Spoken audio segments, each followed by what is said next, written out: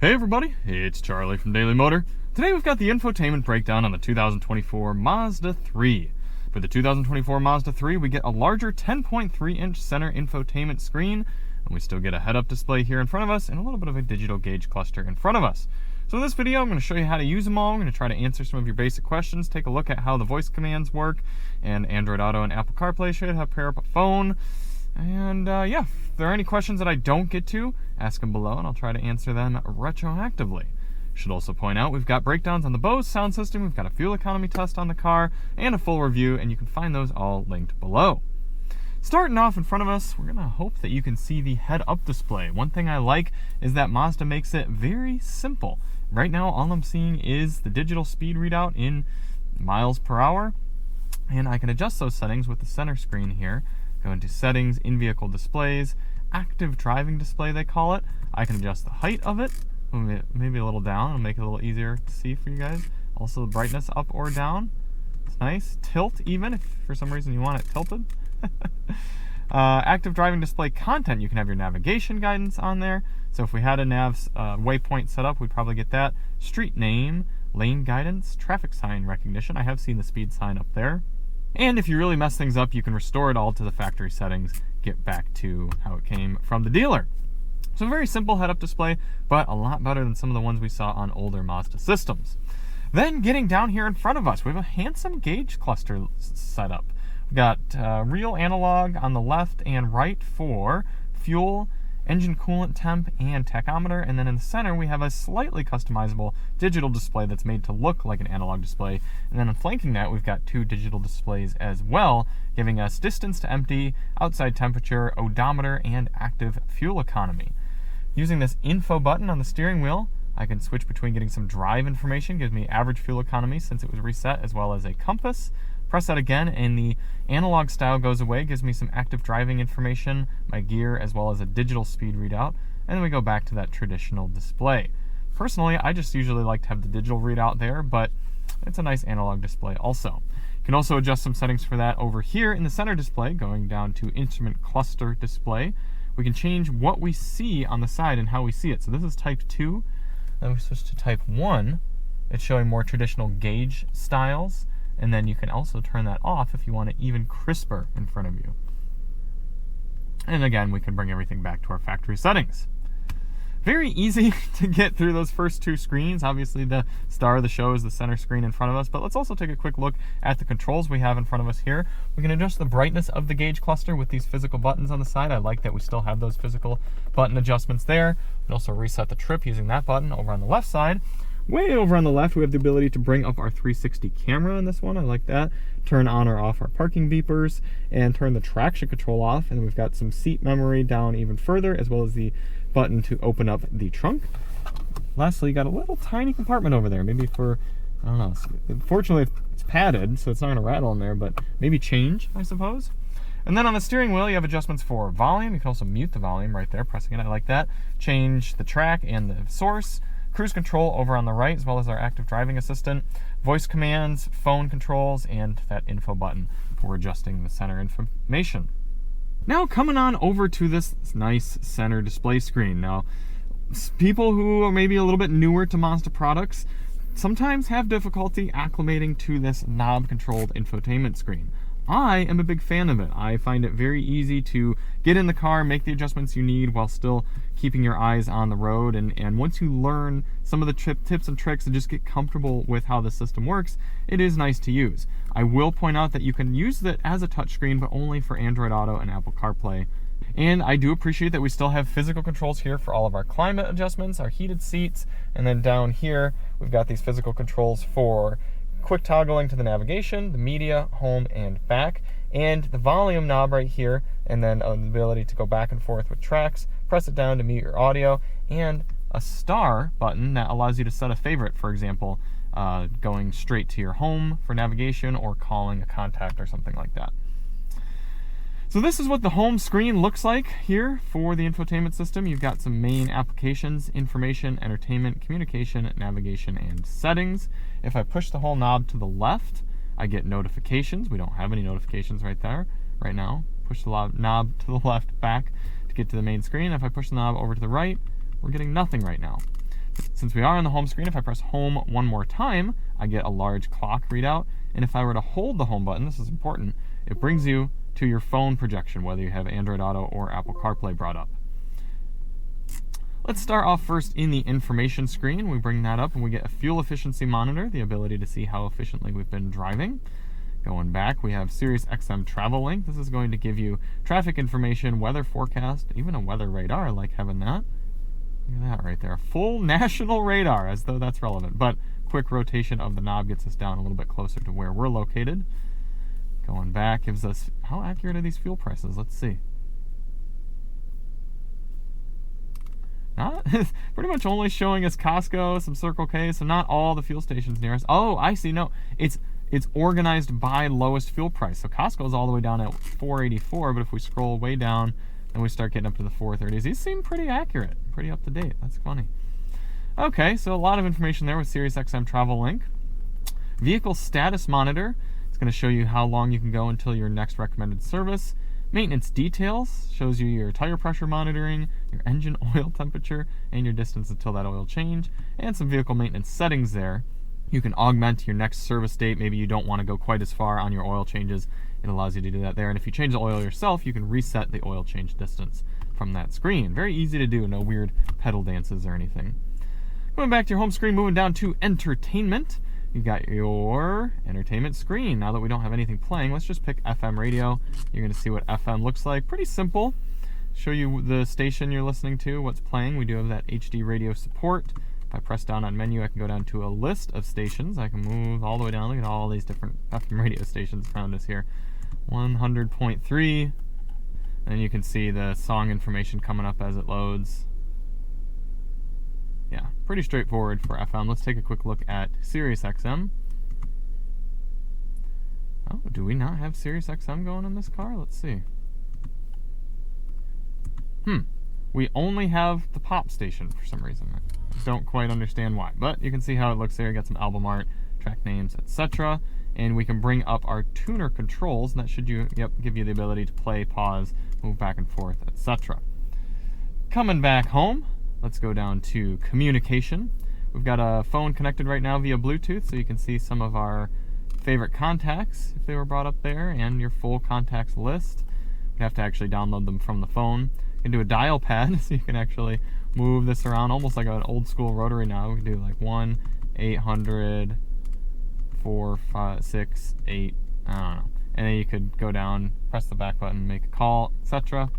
If you scroll all the way down here, you get your communications settings. That's where you could add or edit the devices that are connected to the vehicle. We'll dig down into that some more soon. You can also adjust the ringer volume if you're getting blasted with the phone call sound. Maybe you want to turn that down a little bit. Coming back home, let's go down to navigation. Now, a lot of people are simply going to use Android Auto or Apple CarPlay, but some people like to use the vehicle's built-in nav, and well, this just works okay. It doesn't look quite as crispy as some of the others on the market, and the fact that you can't reach up and do anything with touching the screen makes it a little more cumbersome, but if you just want to have it up as a north-facing map, for example, you could go down to view mode, switch this to 2D and up, and then it's showing you your streets. It's showing you some live traffic readouts. That seems pretty accurate. Move things around, and we'll test out actually setting a navigational link once we do the voice controls. Then getting down into settings, we started off with in-vehicle displays. We saw the active driving display and the instrument cluster display, but let's take a look at center display. Here you can turn the display off, and then it goes totally off. Makes it easier on your eyes if you're driving late at night. Press anything down here to turn it back on. Day and night mode, if you switch to day, it's going to be a little brighter. If you switch to night, it's going to be very dark. Most people are going to want to have this on automatic so that that switches as it gets dark outside. Brightness, you can turn the brightness of the screen way, way down, make it a little easier on your eyes. I like having it nice and bright. You can also adjust the contrast. It's a little easier to see with the contrast up a little, isn't it? Let's do that. Show drive results at ignition off. If you want to see how efficiently you drove on that drive, you can check that. Also, that home screen clock we saw earlier, if you'd rather that be a classy analog display, you can do that there. And you can also adjust what comes up for that ambient display. If you want to be able to just not see anything, you can choose blank. Again, I like how Mazda just has this restore factory settings at the bottom of most of the screens in case you really screw things up. You can bring it back to how it was supposed to be. Below in-vehicle displays, you get sound settings. That's where you can adjust your audio settings. We go through all those in the Bose sound system breakdown. Safety settings, if one of the driver assistance features or safety system features is annoying you, you can turn those off. But you probably want most of them to be on. This is kind of fun. At the very bottom of safety settings, it's got a pedal misuse alert, so if you're pressing the brake and the gas at the same time, it'll alert you. But if you're a big fan of trail braking, you might want to have that off. Under vehicle settings, we have settings for the doors. This is going to be where you're going to adjust how many doors unlock when you press the key unlock button, etc. How long you want the doors to lock or unlock depending on when you come up, put the vehicle in park, things like that. Exterior lighting, do you want the lights to stay on for a certain amount of time once you get out of the vehicle, or do you want the automatic headlights to be more or less sensitive based on the brightness outside? I like this, the coming home light and the leaving home light. Very nice verbiage there. Interior lighting, same thing. How long do you want the interior lights to stay on after you shut off the car? Rain sensing wipers, if those are bothering you, you can turn those off. Turn signals, you can turn on or off the three flash turn signal for merging, and you can also adjust the turn signal indicator volume. That was moderate. Let's listen to low. And here's high. Yeah. Let's go down. You know what? Let's just make it low. Why not? Occupant comfort. This one might be important to you. Do you want the heated passenger driver seats or heated steering wheel to come on automatically when you've got the automatic climate control set? Rear seat alert. Do you want to be notified if it detects that somebody is back there, perhaps? And fuel door lock delay. How long do you want the fuel door to stay unlocked after you unlock the car, rather? Under connectivity settings, this is going to be where you connect Bluetooth devices. We're going to see that here in a little bit. Wi-Fi settings, if you want the car to have its built-in Wi-Fi hotspot on, you're going to turn that on there. And if you pay for it monthly, you can actually provide a Wi-Fi connection for devices inside the car, such as your tablet, laptop, or a child's device. Wireless charging settings right here. Do you want the charging to be on or off? And if you listen to AM radio and you're having trouble hearing those AM radio stations, perhaps you want to prioritize AM reception because the Qi wireless chargers can often interfere with AM radio. Now we get to system settings, and we can make adjustments for the clock. Do you want the clock to be synchronized to GPS? Most people will, but if you want to manually adjust your clock, you can do that there. Voice recognition settings. Guidance volume. Voice guidance will be at this volume. Holy cow, Voice you can guidance make it will be really at this loud. volume. And then the length, normal or brief. We'll listen to normal for this one. I think we did brief for the CX-50. Barge in, allow user to interrupt with desired commands during voice guidance responses. You got a few different languages, English, Spanish, and French. Temperature can be given to you in Celsius or Fahrenheit. Distance and speed can be given to you in kilometers or miles. Tire pressures, we got different readouts for that as well. If you want to check for a software update, you can connect the vehicle to a Wi-Fi network and check there. And importantly, at the bottom of system settings, you can restore all the factory settings. This is important if you're going to sell the vehicle so that you give the vehicle to the new user with a clean slate. Now, you might notice, if you're somebody who watches a lot of these, or if you're someone who's a little bit more concerned about the topic, that Mazdas have a lot less connected features to them than a lot of new vehicles like we're seeing with the Toyotas and Hondas and Chevys and those sort of vehicles. And it's kind of nice from a privacy standpoint because you don't have a lot of logins, you don't have a lot of tracking, anything like that. It's just a vehicle that you simply drive and use the basic componentry for, and I really do appreciate that. But let's test out the voice commands now. We can enable them by pressing this button right here. Say a command. Navigate to the nearest Starbucks. There were multiple results found. Say the desired line number. 1.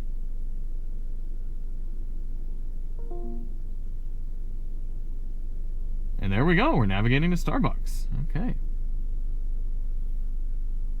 And when we want to cancel that, we can Say a command. cancel navigation.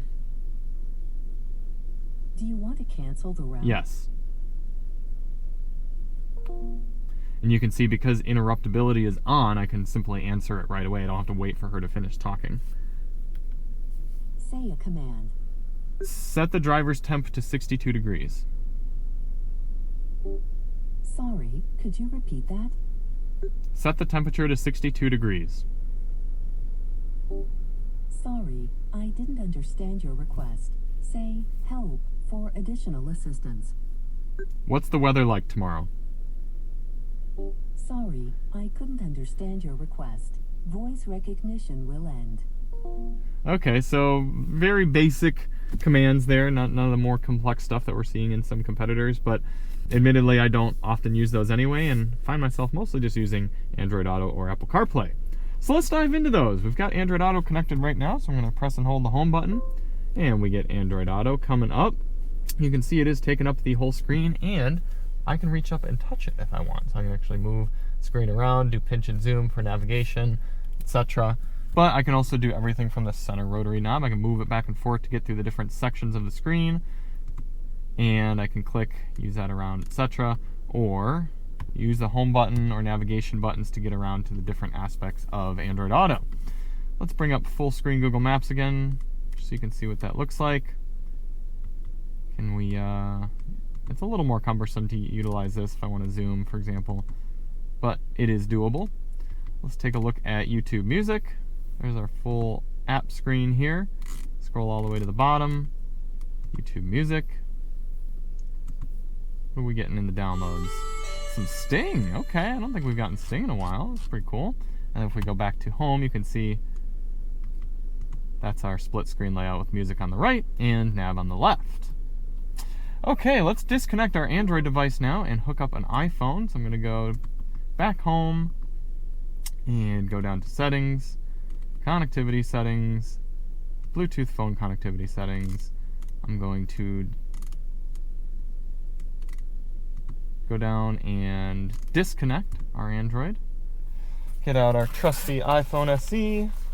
With our iPhone, I'm going to open up the settings screen and then go to Bluetooth. And on the car, I'm going to go to...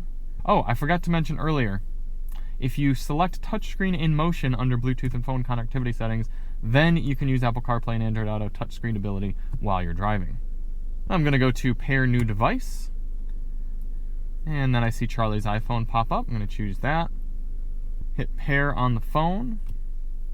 Allow contacts and favorites sync. And then the phone prompts me to use CarPlay with Mazda. I'm going to select use, and then on the car I'm going to hit always enable for Apple CarPlay. And there we go, Apple CarPlay taking up the whole screen as well. A little bit bolder resolution than the Android, doesn't look quite as crisp, but still very effective. You can see we got that split screen setup, and of course I can touch things. Let's look at Google Maps. No pinch and zoom abilities on the iPhone, but same thing as the Android earlier we saw. We can use the center rotary knob to go over here and zoom in and out that way.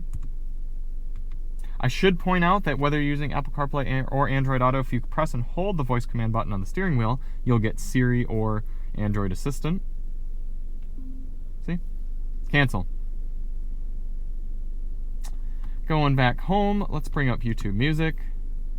And once it loads up, let's hit the Super Mix, see what we're getting from the iPhone. Is it going to be Young Gravy? No, it's going to be Epica. I feel like we've got... No, delaying. Sorry, we're in a little bit of a delay there. A delay. Go home, and then you can see media playing on the right and Google Maps on the left. So there it is. The infotainment system here in the Mazda 3. Honestly, for a straightforward driver's car, easy to use, this is one of my favorite systems. It's mature looking, it's nice, it's straightforward. Yeah, it doesn't have as many features and kind of gimmicky type things as some of the other new cars, but I like it. Are there any other things you want to know? Ask me below, I'll try to get back to you. And of course, we've got those other videos on the car. And we'll see you on the next one. I'm Charlie from Daily Motor, and as always, drive on.